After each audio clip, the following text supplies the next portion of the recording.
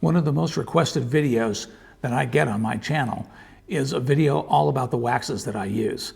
This will be the first of what I'm calling reference videos, and that is a video about a single subject, in this case waxes, and then from now on, anytime somebody asks me about it in the comments, well, hey, what kind of waxes do you use? Can you make a video about your waxes? I can refer back to this one. So that's why I'm making it, and let's get started. And no surprise to any of you who watch the channel regularly, we're gonna start with my favorite wax of all time, Beeswax.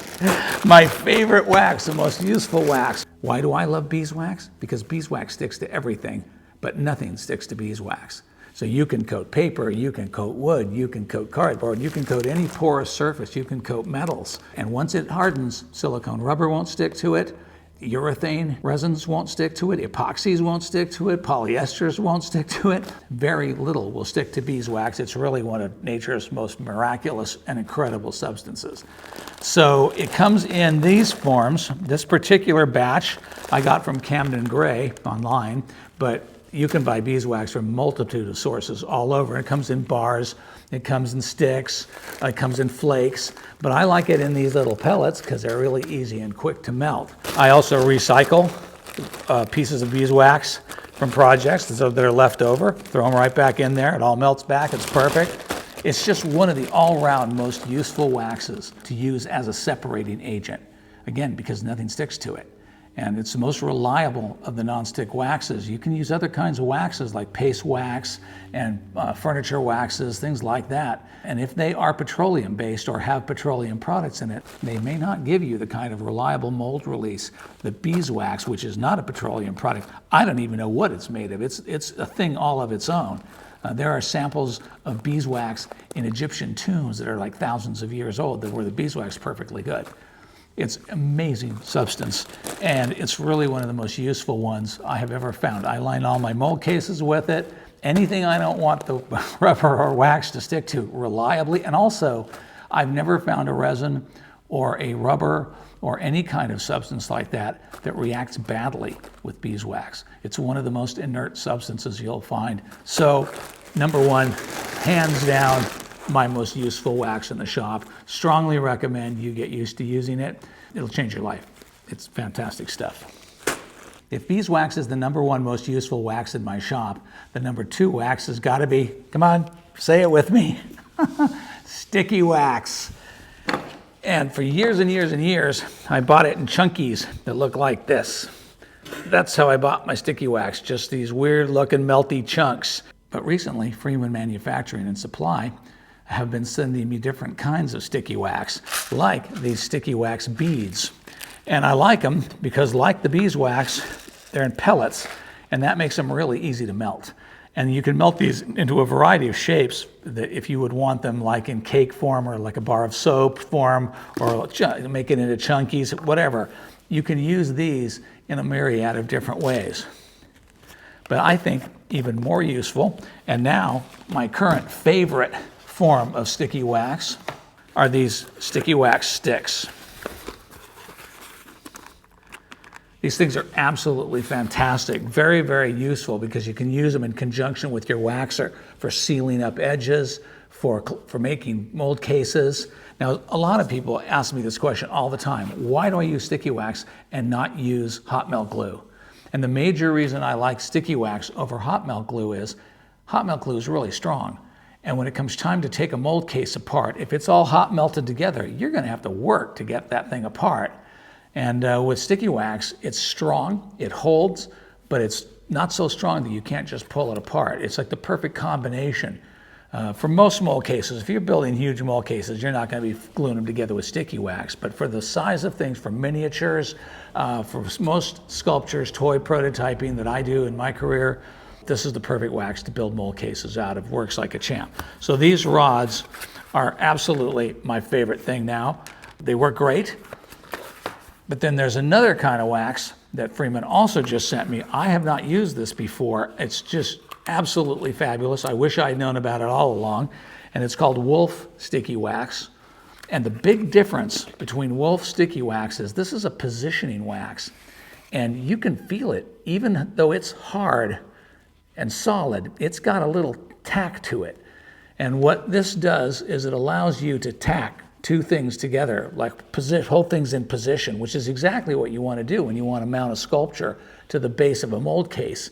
This stuff is perfect for it. And the difference between wool sticky wax and the conventional sticky wax is this stuff is hard, rock hard, and not at all sticky once it's dry. It's sticky when it's hot, and it sticks stuff together really well, and then it's completely not sticky at all. Whereas this stuff retains a little bit of tack, so you can tack stuff together really easily with it. Great stuff. It's very useful. A little box like this, unless you're doing pretty massive sculptures and stuff, a little box like this is going to last you forever. I mean, this stuff is fantastic. So those are my two favorite forms currently of sticky wax, and both of them are great. And basically they're used primarily for building mold cases. This is brown microcrystalline wax, and it's a sculpting wax. It's really hard when it's cold. It's flexible. It's pretty sticky. It sticks to itself well. But when you get it soft, it's malleable and easy to mold and easy to sculpt. And that's mostly how it's used. I personally don't sculpt with it much. For me, it's too soft, it's too sticky. It tends to make a very specific looking sculpture. It's not my favorite style of sculpting, but it is useful in mold making. Because it's so malleable, because it's so sticky, it's excellent for filling gaps and problem areas in mold cases. It's similar to oil clay in that way, only this stuff is stronger and tougher than oil clay. The next wax on the list are blue sprue waxes. I use these mostly for vents when mounting my sculptures to vent the air, to make air vent channels in the cavities in the molds. You see me use them on just about every mold I make. They come in these very handy stick forms in various diameters. This is the diameter that just works for the vast majority of my projects. Again, for miniatures, for toy-sized pieces, smaller pieces. This size of wax rod works really well. Comes in this handy-dandy box. But it also comes on a spool, which I've not used this before. I just got this from Freeman. It's called Sprue wax because in the jewelry trade, this is used for sprues, more even than it's used for vents, because they don't use vents as much in lost wax casting.